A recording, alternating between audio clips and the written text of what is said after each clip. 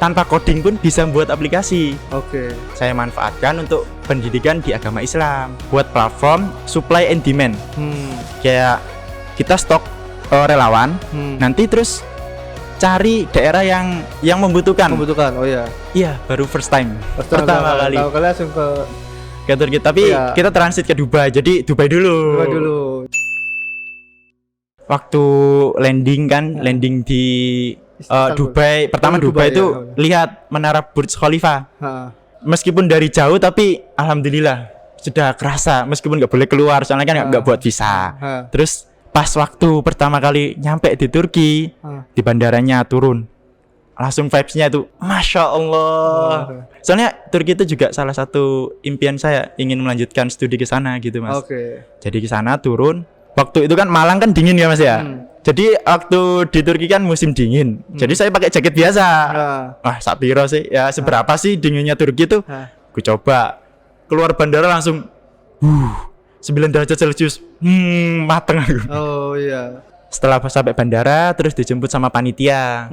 Ketemulah teman-teman tadi yang offline itu kan? Iya. Belum. Oh, belum. Waktu itu belum. Aku belum ketemu sama teman-temanku. Satu kelompok belum ya? Belum, cuma ya ada panitia peserta IS yang lain. Cuma nggak satu kelompok, kita kenalan di pesawat gitu. Sampai situ. Tahunya gimana tuh? Kok sama-sama IS apa pakai sesuatu kah? Kita chat di grup, komunikasi. Adakah yang berangkat pakai maskapai ini di jam segini gitu kan? Jadi ada grup besarnya ya? Iya, ada grup besarnya. Jadi saya. Nah, nanti kita janjian ya di sini. Nah, jadi tidak perlu khawatir ya, walaupun belum pernah ke luar negeri, nanti di sana itu kayak aku bingung kemana ya. Nggak perlu merasa sendiri. Ada teman-teman, kalau kita mau nyari pasti dapat kok. Berangkat bareng-bareng nggak pusing lah ya istilahnya ya. Nggak perlu pusing udah. Tadi jemput ke penginapan. Iya, langsung ke penginapan. Nah, waktu naik bis itu lihat kota Istanbul. Masya Allah, indah banget, vibes-nya tuh kayak Eropa banget gitu. Gak biasa nonton di TV, ini kejadian di depan mata. Soalnya dari dulu SMP tuh pengen banget kayak mimpiku ke Hagia Sophia. Hagia Sophia gitu kan.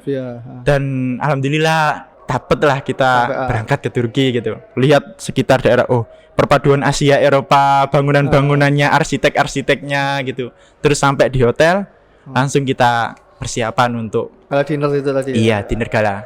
Ya, oke. Jadi dari sana terus pengalamannya melihat kondisi-kondisi real di sana ya. Iya.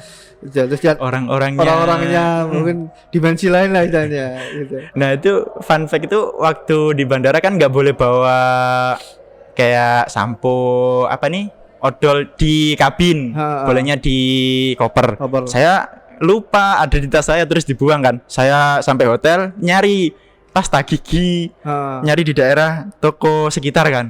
Nah, di sana ada beberapa emang kan orang kurang bahasa Inggrisnya, jadi agak susah komunikasinya.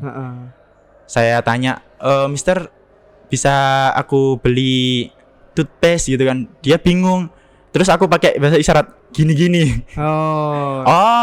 Dia langsung gitu. This, no, this. Langsung dia paham. Oke, jadi salah satu mungkin kendalanya kalau di sana ya ternyata ya sama ya nggak semua tahu bahasa Inggris. Jadi ada beberapa harus siap-siap lah. Mungkin siap-siap. Bisa cari teman dulu lah ya di sana ya. Bisa lah cari teman atau kita sediaan Google Translate. Kebetulan saat itu kan lagi mepet banget waktunya, jadi saya nggak sempet translate. Soalnya saya datang paling akhir, rombongan paling akhir sore datang, maghrib sampai sana, malamnya langsung mulai. Jadi saya baru tiba di Turki, bandara, hotel, mandi bentar, langsung mulai acaranya. Langsung lagi. Iya, setelah sholat selesai, langsung mulai. Oke, langsung mulai. Nah, itu hari pertama ya. Hari kedua pemaparan dari pemateri dari judges gitu ya. Iya, judges. Nah, gimana? Untuk pemaparan materi, yang pertama itu Mr.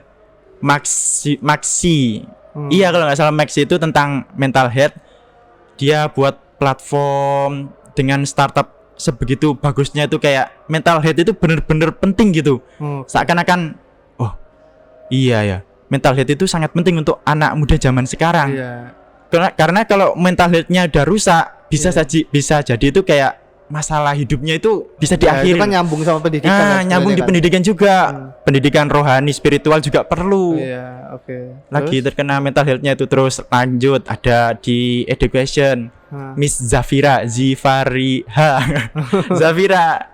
Dia student Osaka University Jepang, terus sekarang lanjut di Harvard University. Dia native speaker, cara bicaranya itu Masya Allah. Saya itu kayak ini orang Indonesia atau orang Jepang ya, tapi bahasa Inggrisnya itu bener-bener lancar, terus wow banget gitu loh.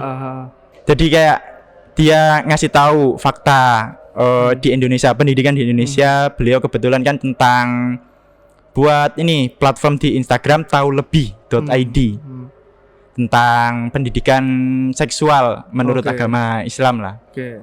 Jadi kita pentingnya pendidikan itu agar anak-anak itu lebih tahu mana yang down dan mana yang boleh di-do gitu. Terus yang satu lagi ada Islamic ekonomi, agak bulat. Soalnya nggak ada basic untuk masalah keuangan ya, meskipun paham-paham dikit. Cuma untuk masalah perekonomian ada lah yang ahli sendiri gitu kan. Konsepnya kan di pendidikan. Meskipun nggak paham tetap belajar. Nah itu kan udah H-1 mau presentasi kan. Gimana persiapannya sama teman grup? Persiapannya waktu awal itu kita kayak diskusi mau presentasi berapa orang nih. Ada 8. Terus rencananya cuma 5. Cuma 5 orang yang presentasi, terus yang 3 itu ngapain? Terus kita diskusi lagi, mending ini kan event internasional. Kesempatan bagi kita berpresentasi di depan para peserta dari negara lain, para judges di negara lain. Kita ambil aja, kita semua presentasi ber-8, tapi kita bagi opening siapa, materi pertama siapa, sampai 8 anggota kelompok itu bisa presentasi. Uniknya itu gini, waktu kita presentasi, slide kita itu ada 42 slide, saking banyaknya. Nah, waktu mikir itu presentasinya 15 menit lagi. Iya, 15 menit kan banyak ya. Tapi kita akali, kita latihan malamnya itu sebelum tidur, latihan kamu di bagian ini berapa menit. Jadi ya presentasi opening, welcome to lanjut, kamu yang kedua, lanjut ketiga, sampai judges itu memberi apresiasi. Meskipun slide kalian itu banyak, tapi kami benar-benar paham apa yang kalian sampaikan. Itu benar-benar temanku nih hebat banget yang cara manajemen presentasinya itu. Ada 1 orang di belakang di komputer, dia memperhatikan kita yang presentasi, terus slide-nya diganti. 1, 2, 3. Yang ganti dari tim atau bukan? Iya, dari tim. Dari tim ya. Meskipun dia yang ganti slide, tapi dia presentasi juga. Jadi nanti waktu dia mau presentasi, saya mundur. Aku selesai presentasi, aku gantian. Nah, dia yang baris di depan, aku yang gantian megangin slide-nya. Udah di planning ya ini. Ganti di mana ini di mana. Dari 15 menit kita 10 menit. Dan alhamdulillah itu nyampe semua poinnya. Bahkan para dewan juri memberikan apresiasi, alhamdulillah. Itu tadi ya. Jadi ada pengaturan ini, jadi waktu H-1 itu udah diatur ya di ini berapa menit udah sangat detail. Kita latihan sampai begadang itu, Masya Allah. Dan alhamdulillah dapat hasil yang memuaskan juga. Itu tadi kan masalahnya kan tadi yang sama ya, volunteer platform tadi ya. Para judges gimana tanggapannya setelah atau dari teman-teman lain peserta lah setelah mendengarkan ide dari? Seingat saya itu ada 2 judges yang berkomentar. Yang pertama itu Miss Zafira itu memuji platform kalian itu bagus, cara presentasi juga bagus. Nah, yang kedua ini dari Mr. Jackie kalau nggak salah. Dia menantang kita. Coba kalian sustainability keberlanjutan program ini. Coba turun di Medan ke daerah-daerah pelosok. Itu benar-benar membutuhkan pendidikan. Kayak gitu katanya kan. Kita ditantang. Ya, kami siap insya Allah untuk mengembangkannya lagi gitu. Jadi kita ditantang, habis itu selesai, udah. Soalnya dewan juri itu nggak dapat proposal kita. Itu ya salah satu. Beliau bertiga itu fokus di kita, proposalnya nggak ada kan. Jadi mereka semua itu fokus ke presentasi kita dan mereka nangkep semuanya. Setelah lega, kita kan setelah presentasi makan-makan terus tur di Selat Bosporus. Malah enak juga. Berlayar di tengah-tengah benua Asia dan Eropa, Masya Allah. Terus waktu hari closing ceremony yang waktu achievement itu. Nah itu pertama kan diumumkan yang best group dulu, bukan best project. Best group ada 3, kelompok kami nggak dapet. Best group ya sempat kayak down gitu kan. Jadi merasa wah padahal kita keren loh guys gitu. Ya gimana lagi nih kan, ini kan kita udah berusaha semaksimal mungkin. Terus ternyata ada lagi penghargaan best group udah. Terus ternyata ada best project. Nah ini yang ditunggu-tunggu sama teman-teman. Best project 1 udah pede ya teman-teman. 2, 3 belum. Kita kayak udah down kan nggak mungkin dapet nih kayaknya nih. Yang 1 itu yang juara 1 itu dapat dari public policy. Tema policy, itu yang kedua itu kalau nggak salah ekonomi kalau nggak salah. Nah yang ketiga itu kaget dari education 3. Langsung kita tuh loncat di bangku para peserta tuh. Wah. Saking senengnya itu sampai ada yang nangis juga Mas. Jadi kita maju ke depan dapat reward seperti itu. Kerja keras kita kayak terbayar lega gitu loh. Oh ya, tadi dapat best project. Jadi dapat. Kan ada 2 ya, best group sama best project. Yang best project itu yang hadiah utama. Tentunya gak lepas dari teman-temanku ini. Wah, orang-orang hebat semuanya ini. Saling melengkapi. Meskipun ada satu teman yang nggak berangkat tadi, kita kabarin, alhamdulillah Kak, kita dapat juara best project 3 nih. Wih, hebat nih. Terus kakak ini juga ikut seneng yang nggak berangkat ini kan soalnya ada masalah lah. Dia ikut seneng, alhamdulillah bangga. Tadi setelah dapat best project ya di itu tadi acaranya hari selanjutnya.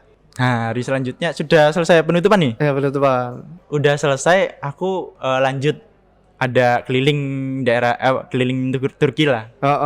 Berarti spend waktu berapa lama di Turki? Dari tanggal 13 sampai tanggal 21. Ya, acaranya kan ya. 4 hari. 13, 14, 15, 16, 16-an lah kalau nggak salah. Setelah itu sampai tanggal 21 ada 5 harian lah. 5 hari. Itu buat keliling-keliling. Keliling-keliling. Kebetulan itu ikut travel lah. Ada, soalnya kampus menyarankan ikut itu. Kemana aja berarti? Kemana aja pertama itu ke bursa. Ke bursa, terus Kusadasi, Konya, Pamukkale, Kapadokia, Ankara, Istanbul. Banyak ya? Banyak, semuanya lengkap ya? Lengkap lah. Tapi tujuan utamanya itu Hagia Sophia di Istanbul. Kan kebanyakan orang itu di Kapadokia. Dulu itu sempat viralnya itu ini apa nih? Ada serial yang tentang perselingkuhan di Kapadokia. It's my dream, Mas. Iya. Lupa serial apa itu, lupa lah. Iya, Layangan Putus. Jadi aku ngupload foto di Kapadokia itu langsung it's my dream, Mas. Semuanya komen gitu. Oke. Tapi tujuan utama aku itu di Hagia Sophia itu. Waktu masuk situ saya cerita dikit nggak apa-apa ya? Nggak apa-apa. Mudah-mudahan bukan bentuk riak. Masuk ke situ soalnya dari SMP tuh pengen banget tahu mana daerah yang diperjuangkan Sultan Muhammad Al-Fatih. Saking pengennya ke situ tuh sampai nangis dulu. Terus alhamdulillah Allah kabulkan. Masuk masjid situ biasanya kan pada teman-teman pada foto-foto semuanya gitu. Saya bersama 3 orang teman saya cari tempat wudunya di mana gitu kan. Kebetulan Hagia Sophia udah jadi masjid. Saya pengen sholat 2 rakaat di sini gitu. Nah saya wudu, berangkat, terus sholat. Semua teman-teman pada kumpul kayak mengabadikan momen kan. Alhamdulillah nikmat terbesar itu saya bisa sholat 2 rakaat di situ sambil meneteskan air mata. Soalnya saking pengennya ke sana. Nah setelah tadi jalan-jalan dan akhirnya experience itu balik kan ke Indonesia lah. Dari experience itu balik ke Indonesia, apa yang bisa diceritain nih sama mungkin ketika kembali gitu? Waktu kembali dari Turki itu kayak pembuktian dari banyak doa sih. Banyak doa itu kayak terkabul. Wah, kalau kalian udah berdoa, berusaha, insya Allah semua jalan Allah itu pasti terbuka. Apalagi kalau ridho orang tua itu udah terbuka. Semua jalan itu udah. Ini salah spiritual ya. Banget, iya. Waktu kembali terus sampai sekarang itu ya semakin percaya bahwa impian itu harus diimbangi dengan usaha. Jadi ketika impian kita bermimpi doang nih, nggak ada usaha, ya itu tetap akan jadi impian. Oke, dari Mas Nanda ada nggak pesan-pesan terakhir buat teman-teman yang menonton? Saya masih ingat dari Mr. Maxi, pesannya itu sangat mendalam. A dream you dream alone is only a dream. A dream you dream together is a reality. Okay. Jadi kalau kita bermimpi sendirian, itu akan cuma menjadi mimpi. Okay. Tapi kalau kita bermimpi bersama-sama, itu akan menjadi realita. John Lennon. Itu mungkin terima kasih ya Mas Nanda ya, jauh-jauh dari Lamongan ya. Iya, dari Lamongan ke Malang itu ya, buat ngobrol-ngobrol sama kita, sharing-sharing ya ke teman-teman ini, apalagi yang nanti teman-teman yang mengikuti program IES gitu ya.